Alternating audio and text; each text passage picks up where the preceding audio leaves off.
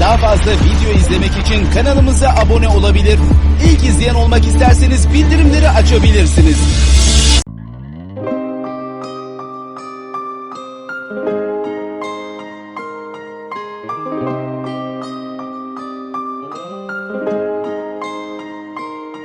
Her zaman böyüğün sözünü dinle,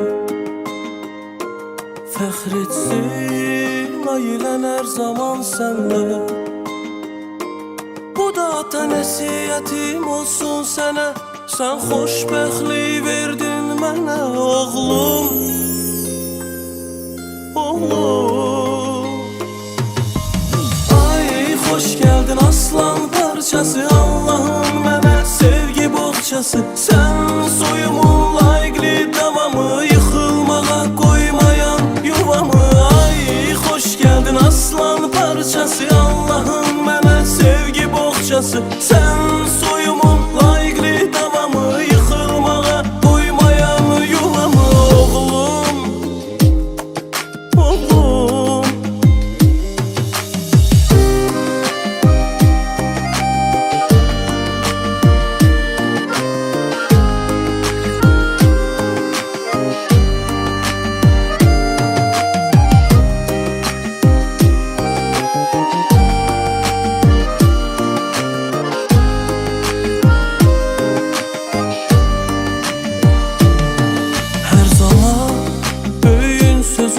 Dinle,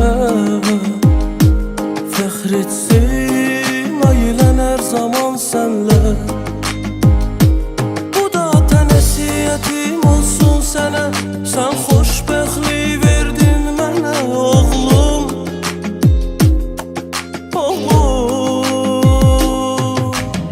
Ay xoş gəldin aslan parçası, Allah'ın mənə sevgi boğçası.